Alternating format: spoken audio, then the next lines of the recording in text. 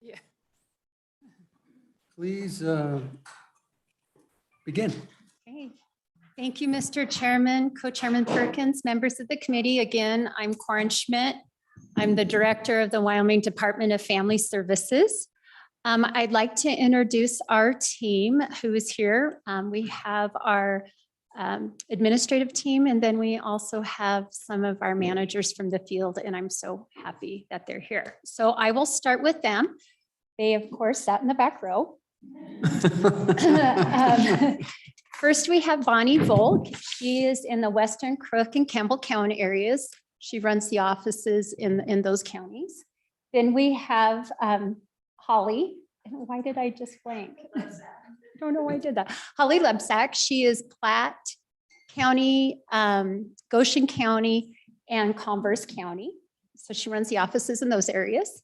Then we have Jen Neely, and Jen is in Representative Larson's district. She's Lander, also Sublette County, and half of Lincoln County. You have the north half, correct? Yeah. And the two tribes. Yes, thank you. And Katrina Price, who is Albany County and Carbon County. And then we have Paul Fritzler, who is Natrona County. So they traveled down here today. They're going to have a meeting. So it wasn't all about just coming down to JAC, but it was a great opportunity for you to meet some of the folks who really do the boots on the ground, the hard work every day in working with our most vulnerable. Part of the team, then I'll continue on with my far right, which is Mr. Ed Heimer. He's our field operations administrator. He's all of their boss. Lindsay Schilling, who's the senior administrator for the social services division. The social services division has juvenile services, child protection services, and vulnerable adults. She leads the program and policy side and also supervises Ed. Sitting next to her is Roxanne O'Connor. She is our support services division administrator. That includes our child care program. We are in the process of combining all of our child care program related units into one division, and she will be the supervisor of that division. It also includes a lot of our operational components such as central registry, IT liaison, HR liaison, and some of those functions. Next to her is Christy Arneson. She is our economic security division administrator or senior administrator, which is where our eligibility programs sit. Also within her division, our field staff that work out doing eligibility services and also includes child support. And then next to me is Colleen Quinn. She is our chief financial officer. And also, I think via video, we have our boys' school and girls' school superintendents. Not yet. Not yet. Okay. They, Mr. Gary Gilmore and Mr. Dale Weber will be joining us from from Worland at the Wyoming Boys School, and then also Chris Jones from the Wyoming Girls School. And last but not least is Sarah Sarelson. She is the executive director of the Wyoming Children's Trust Fund. She is not an employee of ours, but her budget and her positions do show up in our budget. And she's here to provide any clarification on the trust fund when we get to that part of the budget. Okay, So, that's a crew. yes, very proud.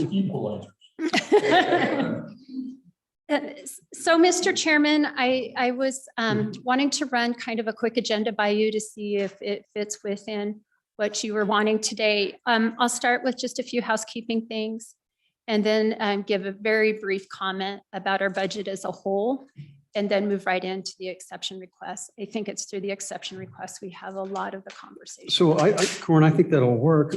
But I mean, I think your major departments, what they're doing, just touch on them as we do a kind of quick flip through as well. Okay, sounds good. Thank you. So in your packet, you have a few handouts. One of them is the exception request roadmap. It looks like this. I will not be referring to it, but it is yours so that you have it for reference. It's a summary of the exception request that gives you a little more detail than the budget table does, the priority table, and not as much detail as the narrative. So it's just a good reference document if you need it for future reference. Also, you have a Ccws project summary. I won't be going through that either. That is just for your purposes to keep track of the timeline. The Ccws is our YCAPS replacement, our case management system, but there's been so much activity over the past 4 years that I thought it'd be helpful to have some sort of reference document so you know why and when various decisions were made. You also have the vacancy report and the 600 and 900 series. Sounds good. Okay. Proceed. So, Mr. Chairman, members of the committee, the budget that we've brought to you today is a fairly balanced budget with the exception of the exception requests, of course. But if you'll recall, in 2016, the department brought to you a reorganized budget. Over the past 2 bienniums, we've been working to align all of those changes into the proper units, the proper revenues, and to combine a few of the unit budgets so that everything aligns with where we spend it. So as we walk through the budget exception request, there are a handful of requests that reflect the alignment of our budget.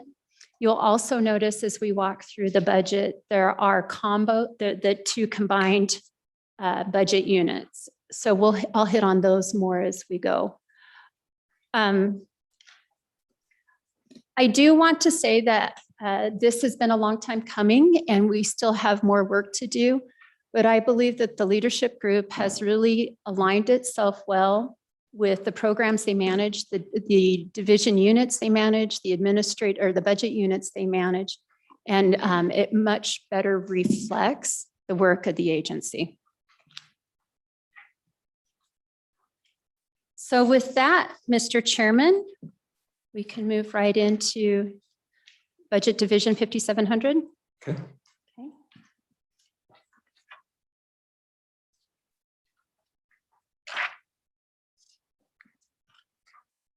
Starting on page 16 is our LEAP and Weatherization unit budget. This is a federal program. It's 100% federally funded. This provides energy resources. It pays for utilities for low-income individuals. It also pays for the weatherizations of qualified eligible people's homes so that their homes are more efficient when it comes to energy utilization. There are no changes to this budget. The next division is 5800. This includes the boys' school and the girls' school. And this is where we see our first exception request. Looking on page 22, this is one of the cleanups that we are making. Previously, the boys' school and the girls' school had been appropriated federal dollars. It's listed as a revenue stream. They do not receive any federal dollars. The services that are purchased with those dollars are actually purchased out of Unit 5904, which is our Juvenile Services and Child Protection Unit. So we're asking to move the authority from the boys' school budget into Unit 5904. It's an exception request because it's across budget divisions. So we're going from 5800 into 5900 and therefore needs a request or an approval from you.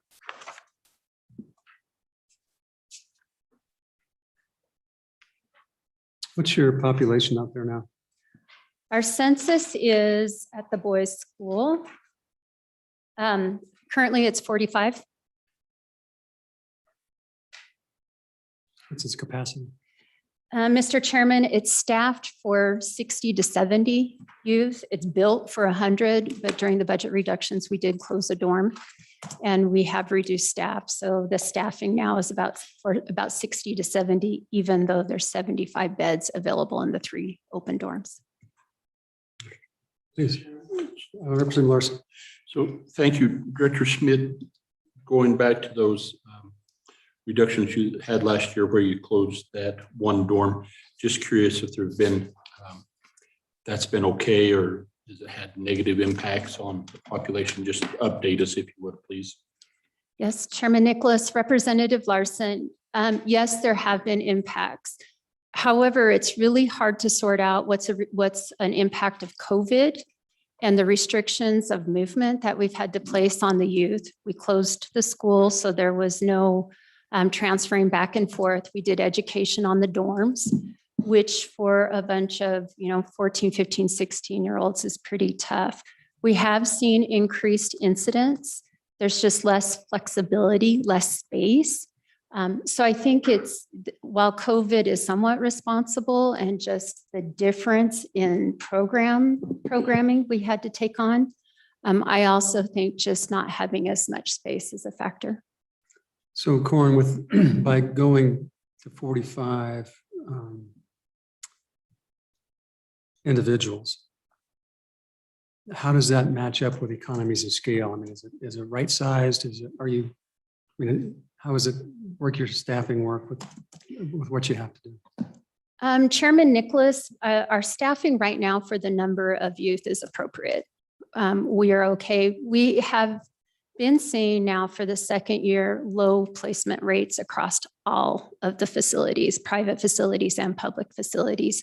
And I think there was such a disruption to the court system, such a disruption to communities that the old way of doing business hasn't caught back up to us, and it may not.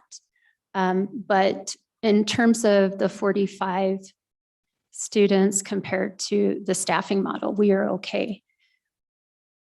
I also think that the staffing model is accommodating a lot of staff absences due to quarantines and any type of exposure. We do see staff regularly out due to illness. And so sometimes it's a little bit of a scramble, but for the most part, we're doing okay. Representative Schwartz. Thank you, Mr. Chair. Representative Larson got half mine, but so we're seeing a downtick because of COVID at the Boys and the Girls School. Are we seeing that throughout the system? So group homes and even court cases, it's a general downtick. Mr. Chairman, Representative Schwartz, yes, across the board, we're seeing a little bit of a downtrend. We've been trending down for a while. It just took a little bit more of a downward trend in the last 2 years. So the trajectory has been with fewer placements in congregate care, including the boys' school and the girls' school, but certainly COVID made an immediate change in those numbers. So follow up, if I may. Please. So one of the discussions I had with Teton Youth and Family Services was because of the less people in school, there were less cases because the schools are major participants. So recently, because now we're dealing with a different situation, are you seeing any change in that downward trend? Mr. Chairman and Representative Schwartz, we are starting to see a little bit of an uptick in placements. And the hypotheses when we closed a year and a half ago, almost 2 years now, was that there was going to be a substantial decrease or uptick in abuse and neglect and fewer reports. And we did receive fewer reports, but where we received fewer reports were from the schools. And a lot of the reports that come from schools do not result in a substantiation. They do not result in us opening a case. So if you take them out of the mix, we didn't see huge changes in the number of cases, especially when it came to major injury and other types of horrible abuse. Thank you. You say your last sentence again tailed off. Mr. Chairman, Senator Perkins, even though we saw a decrease in educational and reports from schools, most of those do not result in an opening case. If we take those out of the mix, we didn't see a substantial increase in severe cases. Thank you. Mm-hmm. So Director Smith, on that statement, then I think my understanding is there has always been a bit of a challenge for your agency to respond to the referrals coming from schools as sometimes maybe not as necessary as they may deem they are so. And so with this illustration due to that. Have you got any thoughts on how we could follow up on that to just see if we need to make some correction on those references being more appropriate when they do come from the K-12 side? Have you give that any thought on maybe how we could do that? Chairman Nicholas, Representative Larson, we've been looking internally at what we can do. I know all of the district managers and their supervisors meet regularly with school districts. And Ms. Sarelson with the Wyoming Children's Trust Fund also does tremendous training on the mandatory reporter. And we are a mandatory reporter state. So if anyone suspects or thinks that there's something that a child is being potentially abused or neglected, they are to call us. So the mandatory reporter training is really important because it gives school districts, it gives anyone who encounters children on a regular basis some pretty good guidelines as to what that means. And it also explains what our authority is. In order for us to, first of all, we don't have removal authority. So only law enforcement or medical personnel can take a child into protective custody. So when those calls are made, and if we have immediate high-level suspicions, we will work with law enforcement. We go out, we do visits, and we determine right then if there's something, especially if it's a younger child, determine if there's something that we need to do. But many of the reports come in because of dirty clothes, lack of food, tired, and just overall concerns. We look into those, and a lot of times we don't have the grounds to move any further. So in regard to your specific question, are there any changes? Right now, I can't think of any, but we could certainly look into it and see if there's a potential for a place where we can provide better guidance or different guidance to the mandatory reporters, which includes schools. So, Corin, my question is, what was the funding amounts for like the prior 3 or 4 biennium? How much has it gone down? Has it remained static? Because if we've got 45 folks versus 60 or 70 or more, how is our cost fluctuating? So, Mr. Chairman, are you speaking specifically to the boys' school and the girls' school? Yeah. In the step 2 reductions, we reduced their utilities and their food as part of the overall reduction. That helped to right size in alignment with the number of children they were receiving. So I think their 200 series, which is their general operational budget, is pretty much in line now with their census. And that amount, if you would like the specifics, was Mr. Chairman, at the boys' school, it was with a combined with 2 positions was a total of 447,000 in the step 2 reductions. Okay. At the girls' school, it was 618,712, but that also included 3 positions. Okay. Anything? So say that again, the numbers again. How many employees? Mr. Chairman, Representative Larson, in the first round of reductions, the immediate reduction step 2, the boys' school was reduced by 2 and the girls' school by 3. In step 3, the boys' school saw, 11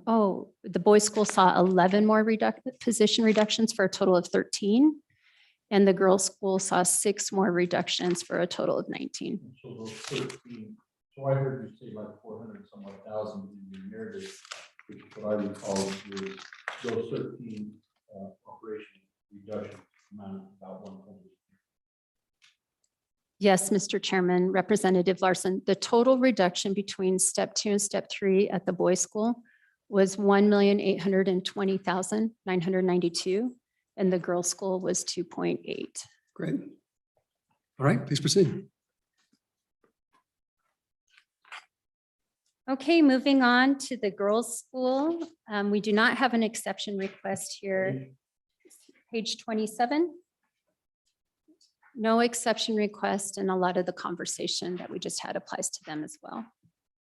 Lack of flexibility, space, etc. Okay. Going on to page 35. We are now into Division Unit 5900, We are starting with our administration and support budget. And it's within this budget unit that you see a handful of the exception requests. So moving to page 37, our priority number 2 is an exception request to update our Microsoft Office license package from 2010 to 2019. Throughout the budget exception request, you'll see some IT asks. This is our continued modernization approach, where we are looking to build better IT infrastructure for our agency that creates better tools, more efficient tools for our staff. This request is a basic operational necessity. You all have computers. I imagine you all probably use Microsoft Office. This particular request is pretty urgent or important because the warranty has expired and we no longer get service on this particular software license package. Okay, any questions? Please proceed.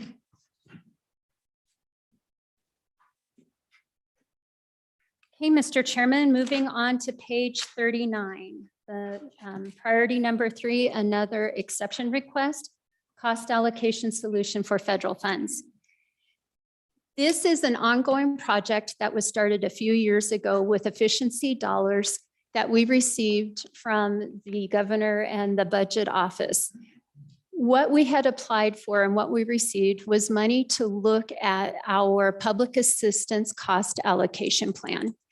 So the Department of Family Services, as a human services agency, receives most of its federal dollars from Health and Human Services at the federal level. Because of that, we have to do a different type of cost allocation plan.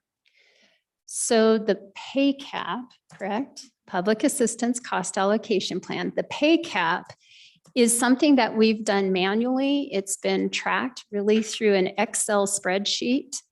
And through the analysis of our pay cap and the analysis of our, well, let me step back. We knew we needed an evaluation of our process. So we wrote an RFP, received grants or received bids from consultants who had expertise in this particular federal funding area. We awarded the contract using the dollars from the efficiency study. And it was from that contract and that analysis that they uncovered some serious issues with our pay cap process. First and foremost, because it's in an Excel spreadsheet, and again, referencing the Microsoft Office thing, it's in an Excel spreadsheet that's not currently under warranty. And it is managed almost entirely by one person. That puts us in a tremendous risk area.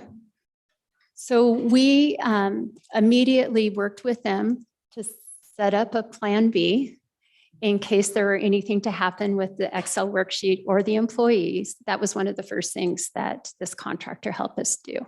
At the same time, they've been going through our cost analysis plan and looking for opportunities of where we could be leveraging more federal dollars, where we can be reporting more accurately, where we can be auditing more carefully, among a few other risks.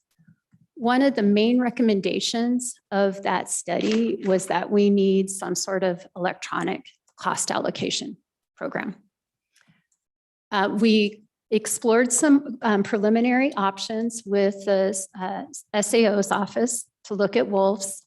But because of the immediacy of this issue, we are asking for money to subscribe to a system that will give us the opportunity to do our federal cost allocation through basically a subscription-based service. It'll be web-based. It's backed up. There's a lot. We love those. I know, Mr. Chairman. The money is for a 2-year contract. We think we will need at least 4 years of these dollars so that we can go through and do a better job of analyzing what our options are and then making decisions if there's a better alternative. But again, because we are in a place of high risk, we'd like to move forward with this particular product as soon as possible and then do a more thorough analysis. Questions? Okay, Mr. Chairman, please. so do you have an estimated return on investment, a payback period I mean, do you anticipate the increase in leverage on federal funds may pay for the program or more? Mr. Chairman, Senator Kinski, no, we do not have a return on investment calculated. And I don't know if there would be a substantial return on investment in terms of dollars drawn down. What I think the bigger benefit of this is, first, it eliminates risk, but also it makes sure that we're adequately and appropriately reporting federal dollars, so we're not subject to any type of clawback. Thank you, Mr. Chairman. Okay, go ahead. Okay, Mr. Chairman, moving on to the next page. Continuing in the same vein, page 40, the random moment time study solution. This was also a recommendation of our consultant. And in the world of human services, our direct service staff, our line staff are engaging with clients, all kinds of different clients at various times. We ask them to track their time per the type of federal grant so that we can adequately, appropriately draw down federal monies. The current system is incredibly time intensive. What we are proposing is to go to a solution, a type of solution that's nationally accepted. It's used in Medicaid in a lot of states. It's used in every state except Wyoming. We are the only state that doesn't use some sort of random moment time study. Our plan is to bid this out. We will write an RFP. We will procure it. But essentially, to Senator Kinski's point, we did do a cost analysis to some extent on this. Our current time study system takes an employee 2 to 4 hours a week to complete. This one will take that down to 3 minutes per week. So, Mr. Chairman. Go ahead, please. Per employee or the employee that actually does this? Is this per employee or just one employee? Mr. Chairman, this is the employee who is doing the time study. The current process is kind of a pool, draw from a pool, and then we ask those 15 or so people to do a time analysis for 2 weeks. The new system will automatically send a notification to that employee. They will pick what they're doing at that time. And so that continual random moment time study altogether will give us an idea of where people are spending their time and how much. And then from there, we can use those percentages and apply that to the federal grant.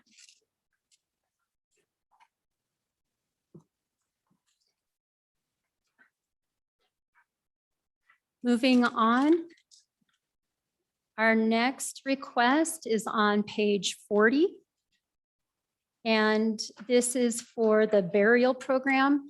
You all passed legislation appropriating fees collected from death certificates from VSS. You appropriated those dollars to us. And in exchange, we are funding indigent burial, our DFS indigent burial program, and also giving half to the Wyoming County Commissioners Association for them to fund local indigent burials. This is just asking for the authority. Okay, Next page, page 42, is our HR consolidation, which you'll be seeing or have seen in agency budgets. Mr. Chairman. please. Thank you, Mr. Chairman. On the HR consolidation, just wondering how that's going for your agency, and the follow-up to that would be, are the folks that were doing that work previously, are they still housed physically within your office?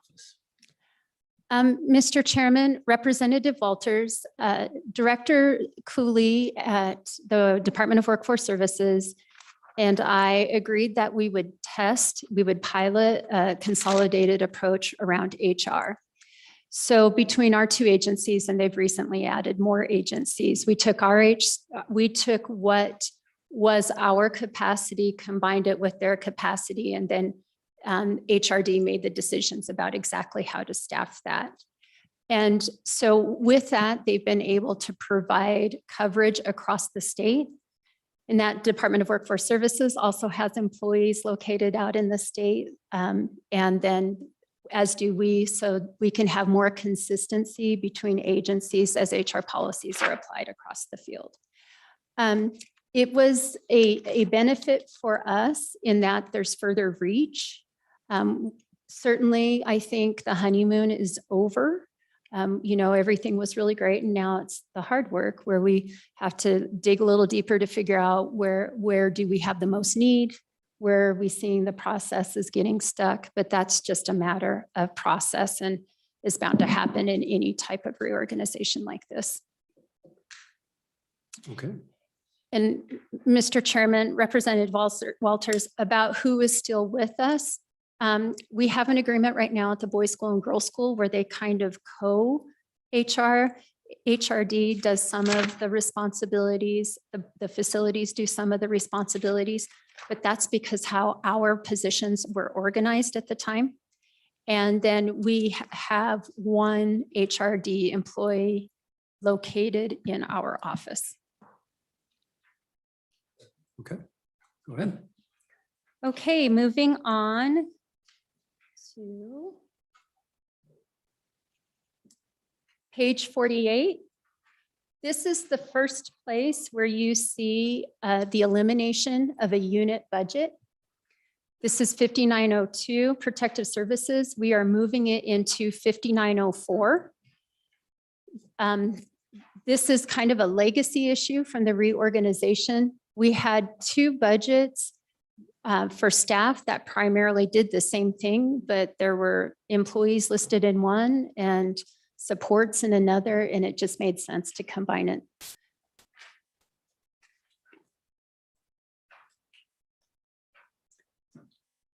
Moving on to Unit 5903, Community Crisis Beds.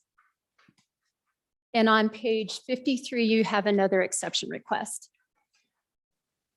This exception request is a little bit tricky in that originally we asked for general fund, but through the budget conversations with the governor and the state budget office, it was decided that ARPA funds should be appropriated to serve this purpose.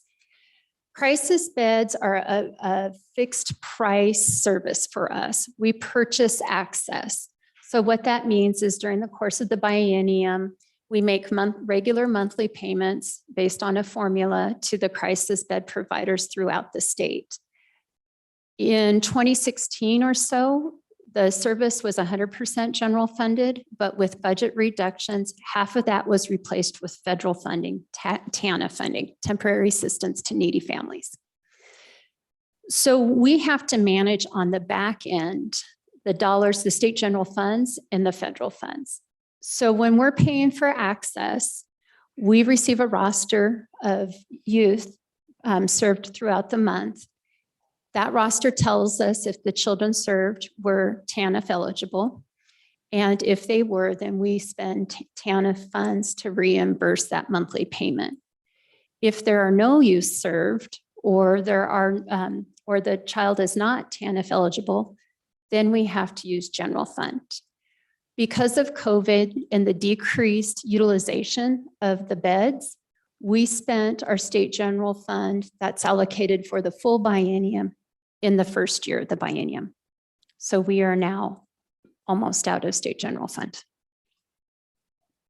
So you were contracted to have those homes and you didn't have the population to put in them. Mr. Chairman, right. This is a community-based service. So the kids that use these services are not necessarily quartered. Sometimes they are, but it really is about a place for a kid to go when there's some family struggles, when there needs to be a timeout. So we really look at this as a primary, secondary prevention and an asset to the community and to families in case they just need a timeout, and it prevents, we hope, further intervention with our system. We don't want them to have to come into our care. So have you seeing an uptick now as COVID is extending but dissipating? Mr. Chairman, not as much as we had thought we would see. Prior to COVID, we saw a utilization rate of about 55%. Now it's more than 35%. So then did you modify your contracts? Mr. Chairman, no, we did not. This isn't a service and access service. We are purchasing access. That's what I mean, but can you purchase less? Mr. Chairman, Go ahead. So Director Smith, the way I understand this, so this would be group homes in my county, where those beds are available for crisis intervention. And so we pay for X amount of beds on an annual basis to be available when they're needed. We can't necessarily, and so to project how many beds will be needed in a year would be a difficult exercise, it appears to me. And so we pay for those beds and then utilize them. And then we're able to use federal dollars if they're TANF eligible. Previously, that would have all been a general fund expenditure anyway. Mhm.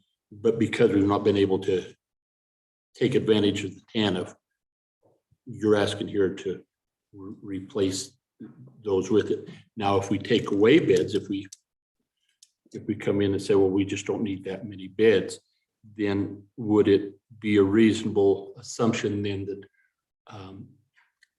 those beds just wouldn't be available moving forward? Mr. Chairman, Representative Larson, a little bit about what we're purchasing. We use the term beds, but it's actually services, and beds is a leftover from, but they do have them. They do provide 24-hour care. And to get directly to your question, Chairman Nicholas, purchasing access is tricky because scaling up or scaling down based on the number of youth that are there requires staff to be able to scale up or scale down. There are supervision requirements. You do have to have 2 people there. So whether you're serving 1 child or 6 children, you're still going to have 2 people.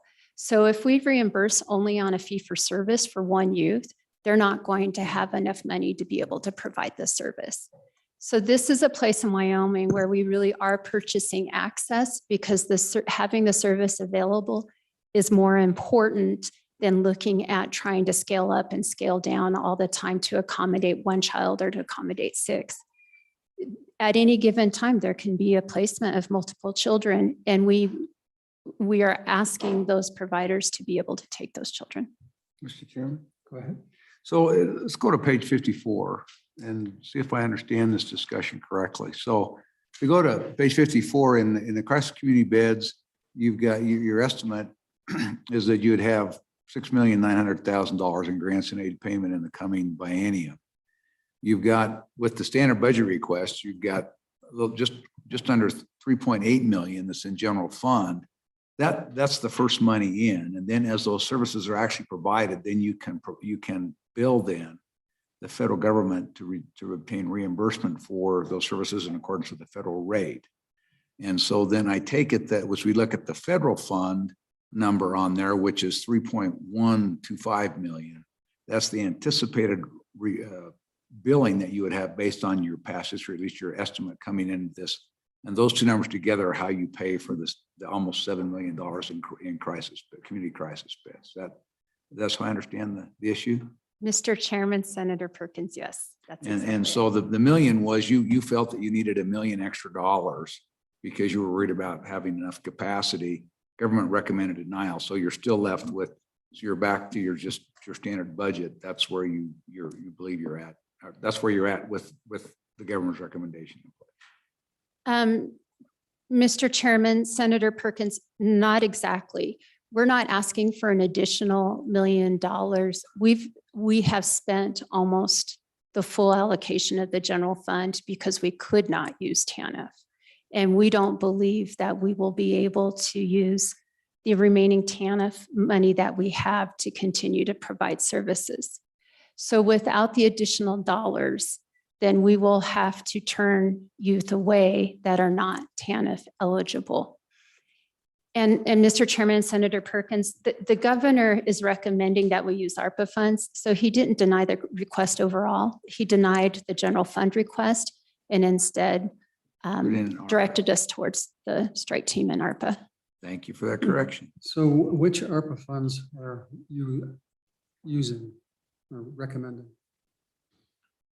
Mr. Chairman, there's two options naturally. There's a direct offer if it qualifies for it. If not, then we could use the revenue assistance. So there's two pots basically left. If you recall, we got 1.68 billion or 1,068 million. Essentially, that was split in half when we did the revenue calculated amount, which is 502 million, which is really what we're talking about is the general fund revenue assistance. That money largely, with the exception of the small amount that we haven't actually converted yet, is resident today in the general fund. So there's nothing that prohibits us from using that pot of money. ARPA Direct, I still think that this particular one would qualify for the other 500 million for ARPA Direct. But we won't know that till the regs come out. Excuse me? But do we know, I mean, you say that it should qualify. Or have the rules come out? Do we know if it fits? I'm just not going to get out in front of the AG's opinion on it. Okay, fair enough. So part of this is because the folks who've been serving are not TANF eligible. So my question is, have you seen a change then in the type, or the social structure of who you are serving as a result of COVID? Mr. Chairman, I think a more accurate way to say is that we've not been serving children. Those beds have remained, or those services have remained unused. But we have an agreement that we make those payments anyway. So without having served children that are TANF eligible. Can we put someone else in those? services? We want to use them. Yeah. Mr. Chairman, I could send Quentin. Okay. Mr. Chairman, Representative Director Schmidt. So, and I think you may have already said this, but say of 10 beds that you pay for by contract in the past 2 years, how many of them on average have actually been occupied or used? Is it 20? Is it 2 out of 10? Is it 1 out of 10? Is it 5 out of 10? Mr. Chairman, Representative Stith, because I can't do math in my head, we have 81 beds throughout the state. That's how many we purchase. Prior to COVID, the utilization rate was upward on a monthly average of 55%. So that would be 46-ish. But because of COVID, it has dropped to about 35%. So 35 of 81 is, sorry, 25, 26. Go ahead. Sorry, Don. Thank you, Mr. Chairman. So just going back to what's the, TANF, if they're no longer qualified TANF recipients, what's changed to move from qualified recipients to unqualified recipients? TANF is need-based. So is that it, or why are the kids that need the crisis beds, why are they no longer TANF eligible? Mr. Chairman, Senator Perkins, most of the youth that come in are TANF eligible. But we had been paying in a monthly installment for services that weren't provided to any children. So we were still making payments per our agreements. And if there was not a child that was served, we could not use federal funds to make that payment. No, I get that. Oh, I get that. I mean, you're paying to have the capacity available for when you need it. Right. And you're paying to have those beds available in communities. Mhm. And you don't always know when that's going to happen. But maybe I misunderstood. I thought that you said that the TANF funds were no longer eligible. That you're saying that the people you were serving were no longer eligible under TANF. And maybe I misunderstood, but that's the way I took your comment. So if I've misunderstood, I'm trying to figure out why when our services are provided, they're no longer eligible for TANF. But maybe I misunderstood. Mr. Chairman, Senator Perkins, it's quite possible I wasn't clear more so than you didn't understand. See, his question was the same as mine. Apparently, we both thought that's what you said. So, Mr. Chairman, I was not very clear in my description. The TANF eligibility, when we do serve kids, when those kids are there, most of the time they're TANF eligible. So nothing has really changed about the TANF criteria or the youth that we're serving. It's just that crisis beds weren't serving anybody. So we had to use the state general fund to make those payments. We have a higher vacancy. Thank you. Yes, I wish that I Mr. had Chairman. had those words early. Okay, go ahead. Representative. Thank you, Mr. Chairman. Director, so do you anticipate the need for this to continue into the next biennium? Mr. Chairman, Representative Kinner, this is just a one-time immediate request. Starting July 1st of 2022, we will be fine again, unless we don't see children using the service. And I do think there's a conversation to be had. I'm not shying away from the conversation, but it was a result of a budget reduction that was made a few years ago, and now we're trying to manage to it. And I think it prompts some discussion about how we purchase those services. I do have to say, though, that as an agency, we really want to continue to build community-based services.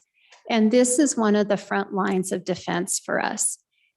While we keep saying beds, they actually provide a lot of service. And I would really hate to see us lose that in our communities. Thank you. Go ahead, Chairman. I think one thing that would help us if maybe you gave us a map or at least a list of communities and the number of beds that are available, maybe the utilization rates. Help us understand that, because we understand that, we've got the obligation state to house these in the least restrictive environment, closest to home as we can, all those obligations. And so helping us understand our capacity, where it's at and where the utilization rates are, I think will help us understand that. I mean, if we need to have beds in the Bighorn Basin, we need to have beds in the Bighorn Basin, whether there's anybody in or not. And so, but that'll help us. I think that'll help us puzzle through this a little bit, if you would, please. Thank you. Okay, thank you. Thank you.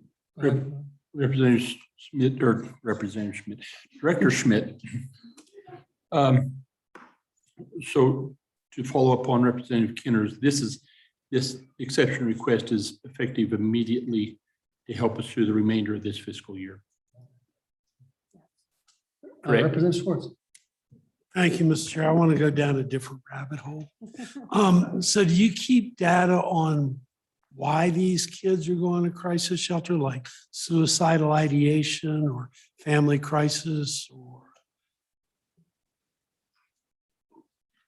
Mr. Chairman, Representative Schwartz, the individual facilities may keep that kind of data, but as a department, we do not, because these kids are typically not in our custody. Okay, further questions? All right, got over that hump. Let's go.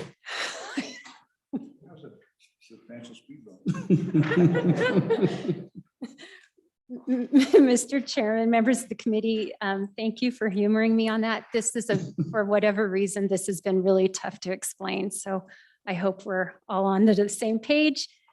Now on to the next topic, page 57.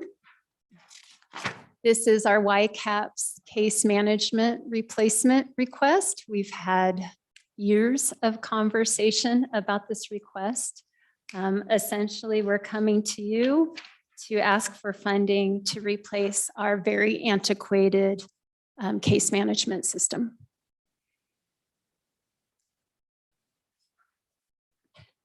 It's cheap, isn't it?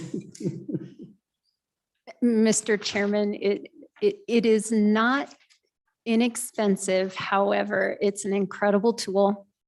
It will certainly provide so much more capacity for our direct service team, our people out in the field who spend way too much time trying to enter data, trying to connect to the system. And it really does, I believe, get in the way of them being able to do what they do best, which is to engage with families, engage with children. It is a tremendous, what's the best word? Not the one that came to mind, a different one. It just really is a quagmire of data collection. It's old, it's been recoded several times for new reports. It doesn't make sense in the background. And it really would, I think, be a much more valuable tool, especially as we talk about reporting and analytics. So was there discussion, I'm sure, of using other dollars besides general fund for this?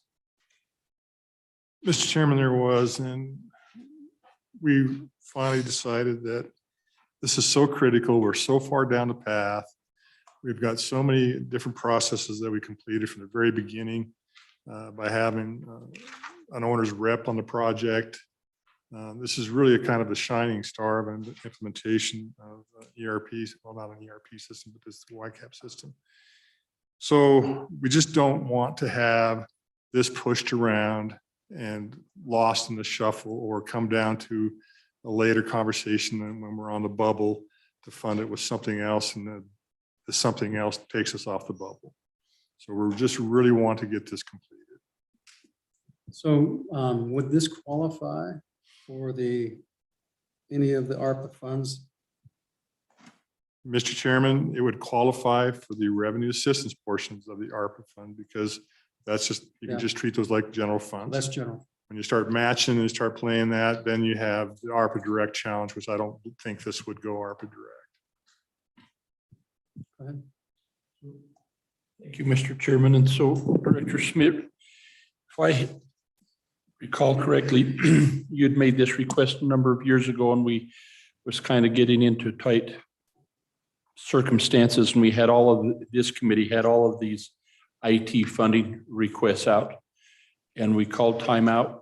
We went to ETS. We brought in a very done consultant. They done report. And as part of that report, remind me, it sticks in my head that they evaluated those, and this was one of those that was circled in red and says that it was a high risk. Is that correct? Mr. Chairman, Representative Larson, yes, it was a high risk, but it also was good to go. They evaluated it and felt it was a strong proposal and could move forward. And then a follow-up question, Mr. Chairman, a couple of them is that this is a little bit different than your subscription-based, meaning that once it's designed, you'll be able to administer it in-house. Is that correct? Mr. Chairman, Representative Larson, correct. The way that we are procuring the system, it contemplates that we will have our own staff, ETS staff, that will then provide all the maintenance and operations on the system. So we will have 3 years of transfer, so going from one system to the next. But after that, our standard budget will pick up the ongoing costs, and we will have staff on site to continue to support it. We will not rely on a vendor at that time anymore. It will all be in-house. And Mr. Chairman, my other question was, is we were forced to have our employees work from home. Did this existing YCAP system accommodate that? And if not, you're giving me and I'm used to you doing this to me. So is the no, would the new system allow for that? Mr. Chairman, Representative Larson, yes, the new system would be accessible via the web like other systems are. I mean, it's a complete overhaul and modernization of what we do now. It's like driving a Yugo and going to even just a Malibu. Thank you, Mr. Chairman. Okay, further questions on YCAP? Please proceed. Okay, Mr. Chairman, the next exception request is, and also the next unit budget. Sorry, let me get back. Oh, we've been in the protective services and juvenile justice budget unit. Just a real quick point on unit 59-4. This is the newly reorganized budget unit that took 5902 and combined it with 5904. This is now a comprehensive budget that really reflects the work at the state office. Mr. Chairman, are we on page 60, priority 10? And now we're on, We were. Mr. Chairman. Mr. Chairman, on page 60, priority 10, this is just the final transfer of the boys' school authority into this unit budget. So we started with moving money out. This exception request gives the authority to bring that money in. Okay. Okay. And Moving on to page 64, the Wyoming Children's Trust Fund. There is an exception request included in this budget. Ms. Sarelson is here to explain it if you would like, but essentially it's just an adjustment of the authority, meaning it better reflects the money they actually receive. Okay, any questions? Okay, proceed. Page 70, unit 5909, substance abuse and treatment. We are combining this unit budget with our field services budget, which is 5915. All of the staff that are listed in this budget provide direct services in the field. So we are just aligning the positions with the budget unit. Okay, next. Page 72 is our supplemental nutrition assistance program, SNAP.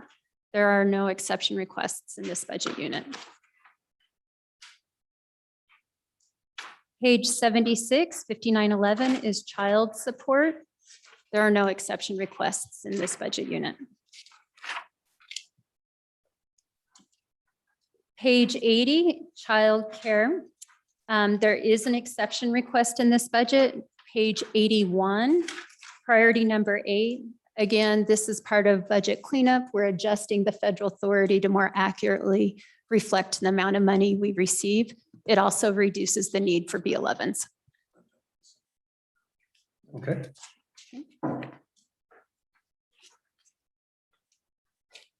Page 15 or page 85, unit 5913 is our TANF budget. This is where the majority of our federal block grant goes.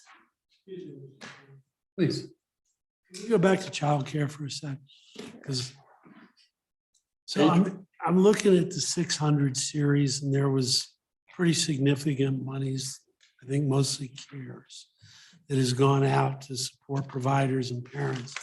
And I guess my question is, moving forward, you sent me a document that will be continuing, that will be ongoing, correct? Mr. Chairman, Representative Schwartz, the document you're referring to is the spending plan that we've put forward that looks at all of the federal dollars that we've received because of ARPA, because of CRSA, and because of CARES. And that just gives you all or the general public an idea about how we've earmarked those dollars. There's only a very small portion of those dollars that are not one time, and it's about $1 million. That is new money and ongoing money. The rest of it is one and done. Right, so that's kind of my concern, because we're creating a situation where both the families and the providers for a period of time, I'll call it, they are dependent upon the one-time funding, which will then run out. Have you considered other uses that might provide better long-term impacts? And the one I'm thinking of is grants for expansion of capacity, so that that's ongoing, because then they'll have more revenue based on their unit. Mr. Chairman, Representative Schwartz, the federal dollars that we've received because of all of the federal activity are pretty well earmarked about what we can do and how we can do it. We have appropriated about $26 million of all of those to go to 2 different types of grants for providers. One is just a sustainability grant, and that was part of the federal legislation. So next week, we will start making payments to child care providers just for sustainability purposes over the next 6 months. The remaining $13 will be going into some sort of grant pot to do just what you said. So there will be $13 million available to be able to give childcare providers opportunities to do something with their business to help make it more successful, whether that's looking at staff training or whatever the proposal may be. But it is just one time. And this might not be a Director Schmidt question. Do we think the infrastructure money would be eligible for childcare, or the other way around, childcare eligible? I'll defer to the director, but I don't believe that those funds will qualify. Well, Mr. Chairman, I'm sorry, Representative Stitt. Oh, no, I didn't want to interrupt you, but I just had a question after that, different topic. Mr. Chairman, Representative Schwartz, there is federal legislation that's pending that's called Build Better Back, which is a substantial child care package. And we do not have a lot of detail on it yet. It is in the Senate. It was passed out of the House. And with it, though, it's a little bit of a Medicaid approach is how I see it, if you remember the days of 90-10. So there's two different opportunities that come with that legislation. The first is for direct assistance. So we can use dollars to increase direct assistance to families. So meaning we can increase the amount of the assistance payment, or we can increase the number of people who do receive assistance payments. But there is a catch. They will fund us at 90% for 3 years, and then after that, it goes back to 50-50. So for us to participate, it would require an appropriation. And then the second part of the grant was for basically universal pre-K. So pretty much the same spending parameters. The first 3 years would be 90% matched by the federal government, 10% for the state, and then in 2026, it would go to a 50-50. that ought to be against the law. Mr. Chairman, Go ahead. Director Schmidt, kind of my perennial question, the Medicaid Fairness Act passed in 2018, designed to have higher income fathers pay back some of the Medicaid costs for Title 19 births. The program doesn't work very well and is a burden on your field staff. Any thoughts on how to, and in part because my understanding is the federal parental locator service is essentially not available unless you have a child support action that's open, and often you have intact families where there's no active child support case going on. And so you often can't identify the fathers very easily. As a result, you don't recover any money, and your field staff has to write a lot of letters and churn, and which must be frustrating for them. So my question is, any thoughts on how to make that program work better? Mr. Chairman, Representative Stitt, I'm going to answer half of your question, and then I'm going to ask Ms. Arneson to answer the second half. So one of the issues with that particular program is that by using the child support program as the means of collection, then you're subject to the federal requirements of the program, because child support is a federal program. It's a 66-34 split with the state. So it presumes that there's child support. It presumes that there's somebody who's not paying, a non-custodial parent is not paying a parent. One of the difficulties with using that as an enforcement mechanism is if the family's together. So if mom and dad are in the same house, there's nobody paying support. There's no custodial, non-custodial. They're both custodial. So that's the first issue. The second issue is that parents can decline to participate. And the mechanism for any type of penalty or consequence is that the mother loses Medicaid eligibility. But if I remember correctly, Medicaid eligibility for a postpartum mom is only 3 months. So that's not going to be a very good enforcement tool. So it's, the philosophical idea behind the legislation is a policy call, but using the child support program as the means to go collect those dollars makes it very tough for that program to be successful. And I'll let Ms. Arneson speak to the idea about the parent locator service, because that's getting way out of my wheelhouse. Go ahead, please. Thank you, Mr. Chairman, Representative Stith. I would echo everything Director Corin just said, and we'd be open to having conversations on how to make that legislation or that policy work better. But you are absolutely correct, Representative Stith, with regards to the federal parent locator services. It is only available to those that are part of the child support caseload. So it does miss a lot of these families that are part of the birthing costs of Medicaid Fairness Act. Similar. So Director Schmidt, how well does that child support program work in our state? Mr. Chairman, Representative Larson, for the 7th year in a row, we are the number one, eighth. Wow, how time flies. For the 8th year in a row, we are the number one program in the US. And that's in large part because of Christie's leadership. Yay. Okay. Please Oh. proceed. Okay, moving on. Wow, we are zipping through. So that was, we left off, I believe,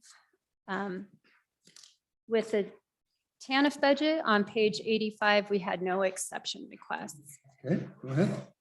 And then moving into what I say is the heart of the agency, this is budget unit 5915. This is our local services budget. This is where the majority of our staff are. We have large staff numbers at the boys' school and the girls' school. And then we also have all of our direct eligibility workers, our case workers, the folks that the district managers in the back supervise.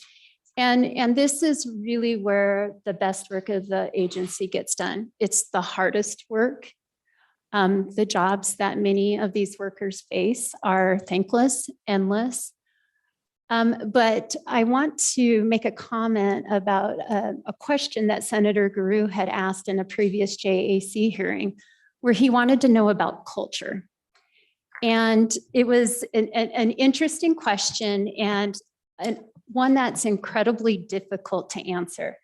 Certainly, I can give you my idea what I think our culture is, but we asked everyone in the field to provide their sense of what culture is for the Department of Family Services. And the response were both positive and negative, as you would expect in any organization. But one of the first comments that I received really highlights our humor. The work that we do in the field is tough, and humor oftentimes is one of the best ways to be able to cope with it. And I do see tremendous humor. I see wonderful personality in any field office I walk into. So I would say humor. I would say dedication. We have a lot of turnover in our lower classifications.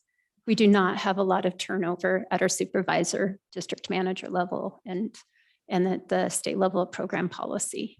So our turnover, I think, is directly related to compensation, and I won't beat on that, but just know that the people who get paid the least are the people whose jobs turn over the most frequently. Dedication is one. Heart. There's a lot of emotion that goes into these jobs, and we feel it. We feel it in the Hathaway building. We feel it at all of our local offices. There isn't one of us who doesn't recognize that the work that we do somehow, some way will make a family better. And sometimes the outcome isn't great, but I also know that we try our hardest. And I know that people are creative in the field and they look for ways to be innovative to get services to families. And then the last is teamwork. And there was expression all over the field office about how well they work together, how much they rely on each other, and in some places, how well they partner with their communities. So Senator Guru, that is our culture statement. And if you want to hear about the downsides later, I'd be more than happy to share those with you. But I do think it's important to recognize that as a human services agency, we have always been underpaid. We're far away from the market average. 73% of our staff are 85% or more away from the market average. An adjustment in the pay tables is going to be tremendous for us. If you choose to pass that, it'll affect 56% of our staff. So this is just my brief little bit of a shout out to the compensation package that the governor has proposed. Okay, going back into the budget on page 89, you will see this assumed all of the positions from 5909. So this budget grew a little bit by positions, but everything balances. Going to page 93 is the restoration of our step 3 budget reductions per budget footnote number 6. It is priority number 5. There are some errors in the budget. A few of you already picked up on it. No, we did not appropriate money out of the LSRA.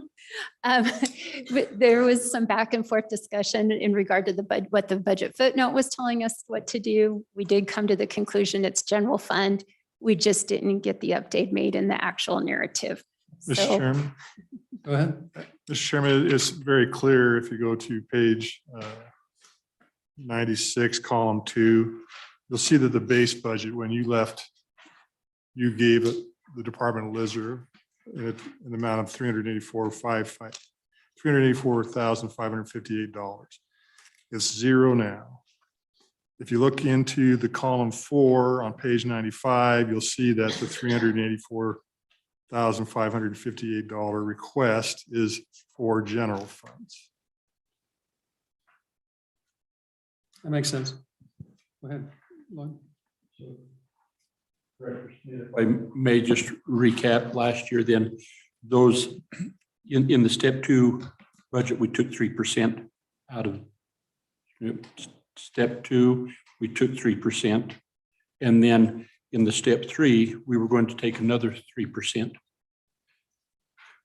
Mr. Chairman, Representative Larson, we had proposed 6% in our step 3 reduction. It's okay, is 6% in your step 3, and we replaced half and then instructed you or asked you to make that exception request in that footnote 6, right?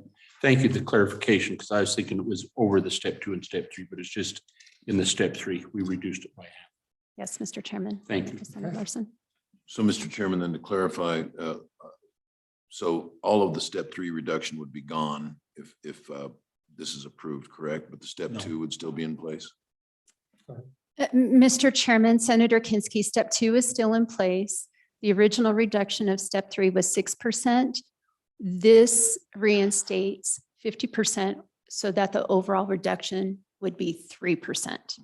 So essentially what we did then after all is said and done was in our step 3, reduce our budget, reduce this particular line item by 3%.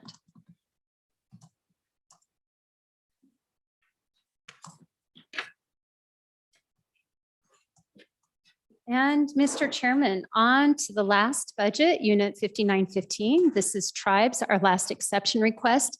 It's basically just not necessarily codifying, but an exception request so that the standard budget reflects the reductions that we made to the tribal budget. Per a governor's letter to the tribe, he notified them that we would no longer provide general fund subsidy to their Tanf cash assistance program.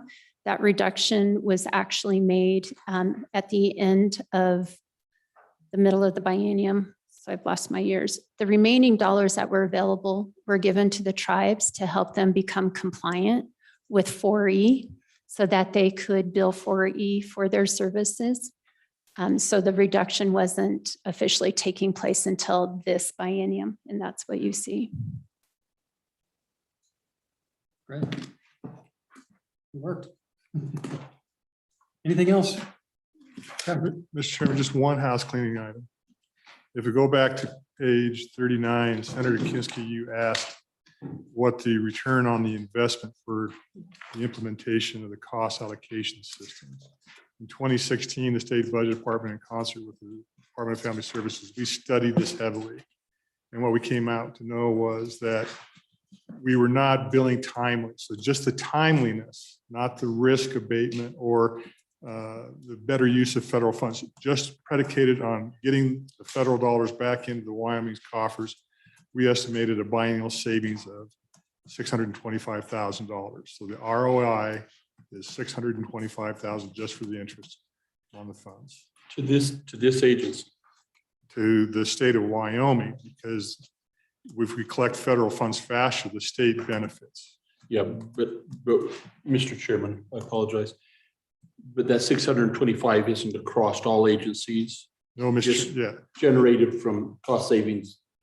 it is generated specifically because of the implementation of this cost allocation system on page 39. Perfect, thank Or you. DFS, they're driving. it. Thank you, Mr. Chairman. Okay. So essentially, that 625,000 is coming from interest. Correct, and we're already receiving. We've already improved ourselves. Yeah. Okay, anything else? Anything else for Corin? Senator Drew. Thank you, Mr. Chairman. Just a comment. Thank you for answering the question. You'd be surprised how few did. But for your team to know that, you know, one of the things I know, I won't speak for anybody else here, but I know that if we give all the exception, all the requests for salary market adjustments, everything that we do, that'll only take care of part of the issue, and that culture can be a big part of taking care of the rest of it. So I appreciate you taking a stab at it, talking to your employees, and I'll be more than interested to hear the positives and the negatives as you go forward, because I think it's a helpful exercise no matter what the outcome, as far as, and your employees will notice it, and they'll get rewards for it. Thank you, Mr. Chairman. Anything else? Thank you, Corin. Thank you all DFS folks for being here and putting up with this motley crew up here. All right. Thank you, Mr. Chairman, Mr. Co-Chairman, members of the committee. I appreciate the time. I appreciate the energy. I know you have a lot of these to go through. And I wish you all happy holidays, Merry Christmas, Happy New Year. Hope you get to enjoy some nice time with family. And Senator Kiske, I'm a little disappointed that we do not have cutouts.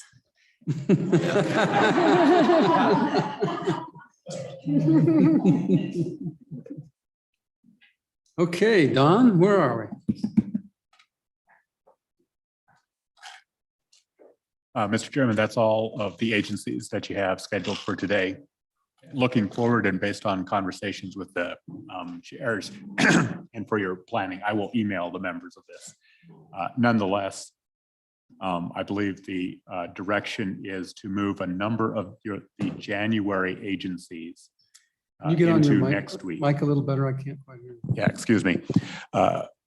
Move a number of the agencies that were initially scheduled for presentation of their budget in January to next week. Karen's actually working on that this afternoon.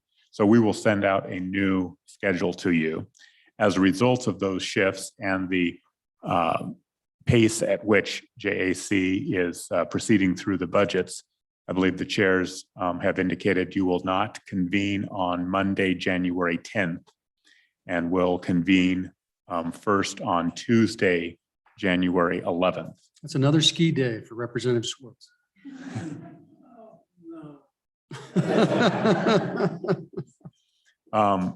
In addition, even with that first week and one less day, I anticipate that you will continue to proceed through the agencies in a fairly expeditious manner, have an opportunity to discuss ARP funds, other legislation, potentially local governments, things that don't perhaps need the full Craig report, which will be publicly provided on probably Monday, January 17th, along with the governor's letters. However, if all of those callbacks are addressed in the prior week, I believe the chairs, if I'm understanding correctly, have a goal of completing markup by Thursday evening, January 20th, rather than Friday evening, January 21st. So as a result of the pace, you're basically saving a day on the front end and a day on the back end of your January schedule. Okay, any questions about that? We'll keep our fingers crossed, see if we can get it done. All right, with that, we will stand in recess and reconvene on Monday.